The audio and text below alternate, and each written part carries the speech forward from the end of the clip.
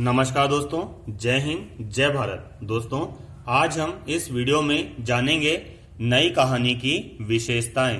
इससे संबंधित प्रश्न मध्य प्रदेश की बोर्ड व लोकल परीक्षाओं में तथा यूजीसी नेट की परीक्षाओं में पूछा जाता है दोस्तों, और प्रतियोगिता परीक्षाओं में भी इससे संबंधित प्रश्न पूछे जाते हैं। तो हम देखते हैं, सन 1950 के बाद जो कहानी की धारा चली उसे हम कहते हैं नई कहानी, अर्थात स्वतंत्रता के पश्चात जो कहानियां लिखी गई उसे हम नई कहानी कहते हैं। ठीक है ना। आखिर नई कहानी में ऐसा क्या हुआ जो नई कहानी हिंदी साहित्य का एक प्रमुख बिंदु बन गई? तो दोस्तों, नई कहानी की विषय वस्तु चमत्कार न होकर एक भोगे हुए जीवन का यथार्थ है।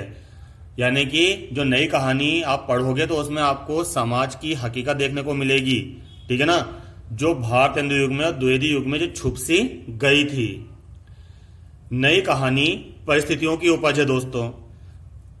यानी कि जब भारत स्वतंत्र हुआ, लोगों ने राहत की सांस ली। उन्होंने सोचा अब भारत में नए नए बीज पल्लवित होंगे, विकास के एक नए युग की शुरुआत होगी। परंतु आगे जाकर उन्होंने क्या देखा? अरे, हम तो आसमान से गिरे और खजूर में आकर अटक गए। खजूर भी कैसा? जिसमें कांटे ही कांटे समाये हुए हैं। और एक कांटे किनके थे? पूंजीपतियों के कांटे। समझे? राजनेताओं के कांटे थे ये। नई कहानी जिसमें नवीन भावबोध, नए मूल्य तथा नया शिल्प विधान है। यानी दोस्तों, नई कहानी में क्या है? नवीन भावबोध है, नए मूल्य हैं, नए शिल्प विधान की लेखकों ने खोज की, कहानीकारों ने खोज की। विश्व युद्ध के बाद पहली बार मनुष्यता की व्यवस्था सामने आई, बंगाल का अकाल सामने आया। तो ये कहानी क्या हो गई? कुंठित हो गई दोस्तों। ठीक है। नई कहानी में मानव का वह रूप जो दार्शनिक है, जो वादों से परे है, जो एकांत में प्रकट होता है, जो प्रत्येक परिस्थिति में जीता है, प्रतिष्ठित हुआ। ठीक है ना। नई कहानी में दोनों ओर के लेखक मौजूद थे, यानी कि शहरी और ग्रामीण। जो लेखक थे वो ग्रामीण परिस्थिति पे भी कलम चला रहे थे और शहरी परिस्थिति पे भी कलम चला रहे थे दोस्तों, जो कहानीकार थे। अब आपको बात समझ में आई होगी। अब नहीं आई हो तो हम बिंदुओं के हिसाब से और समझेंगे। पहला हम देखते हैं लघु मानववाद की प्रतिष्ठा। यानी जो दोस्तों नई कहानी है, इसमें लघु मानव यानी कि एक छोटे से मानव को भी जगह दी गई, जो भारत युग में, जो द्विवेदी युग में नहीं दी गई थी। मानव जीवन को महत्वपूर्ण मानकर उसे अर्थपूर्ण दृष्टि प्रदान की गई। यानी कि हर मानव समान है, हर मानव का यहाँ पर अस्तित्व है। ऐसा नहीं कि सिर्फ नेताओं के बच्चों को रोजगार मिले। भैया, लघु मानव कहाँ जाएगा फिर? ठीक है। स्वतंत्रता हमने इस आधार पर ली थी, सबको समान अधिकार होगा, सबको बराबर संसाधन प्राप्त होंगे। परंतु यहाँ पर ये क्या? एक आदमी तो अमीर होता जा रहा है, एक आदमी गरीब होता जा रहा है। तो यहाँ पे छोटे से छोटे मानव को भी नई कहानी में जगह दी गई। दूसरा है प्रयोगों में नवीनता।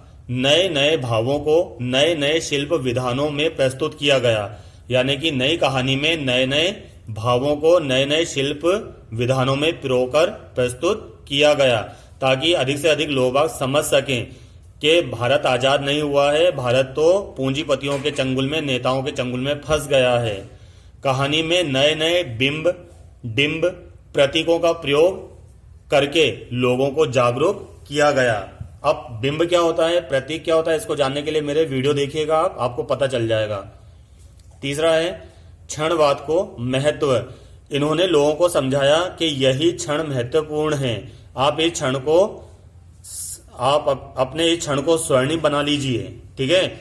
हमारे देश में क्या था? अंधविश्वास फैला हुआ था। लोग बाग सोचते थे चलो आज नहीं तो कल सुख मिलेगा, आज नहीं तो कल सुख मिलेगा। तो इन लोगों ने क्या कहा, नई कहानी के लेखकों ने, कि भैया यही क्षण है, इसी पल में आप जी लीजिए, इस क्षण को सुरक्षित बना लीजिए। जीवन के प्रत्येक क्षण को महत्वपूर्ण मानकर जीवन की एक एक अनुभूति को नई कहानी में स्थान प्रदान किया गया। समझे? अर्थात हमें नई कहानी में यथार्थवादी दृष्टिकोण देखने को मिलता है। इन्होंने जो समाज में भुखमरी फैली हुई थी, जो समाज में कुपोषण फैला हुआ था, बेरोजगारी फैली हुई थी, वर्ग संघर्ष फैला हुआ था, संसाधनों पर एक छत्र अधिकार पूंजीपतियों का फैला हुआ था, उनका इन्होंने नई कहानी में वर्णन किया ताकि देश के लोग बाग जागें और पूंजीपतियों के खिलाफ, नेताओं के खिलाफ एक बिगुल फूंक दें। अगला है दोस्तों कुंठा, संतराश, मृत्युबोध। इस कहानी में कथा तत्व का हास है, यानी कि जो भारतेंदु युग था, द्विवेदी युग था, उसमें ऐतिहासिक के माध्यम से, पौराणिकता के माध्यम से देश प्रेम की भावना जगाई जा रही थी। ठीक है ना, यानी कि उसमें कथा तत्व था। प्रेमचंद युगीन कहानियों में भी कथा तत्व था, परंतु इसमें कथा का तो हास्य हो गया।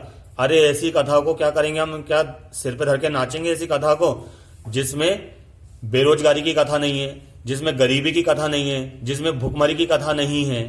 ठीक है ना, हास, भूख, गरीबी, बेरोजगारी जैसी सामाजिक समस्याओं का चित्रण नई कहानी में हुआ। विविध विषय, नगरीय बोध, प्रेम विवाह के कटु मधुर संबंधों का वर्णन भी देखने को मिलता है दोस्तों।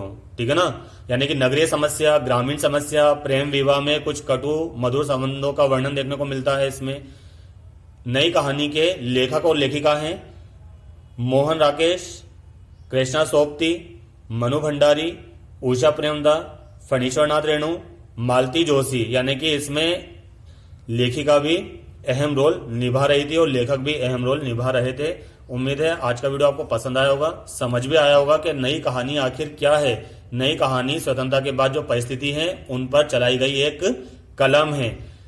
ठीक है, जो भारतीय युग में, द्विवेदी युग में बेरोजगारी, गरीबी, भुखमरी, कुपोषण आदि समस्या जो छुप गई थी, उनको उजागर नई कहानी करती है। धन्यवाद।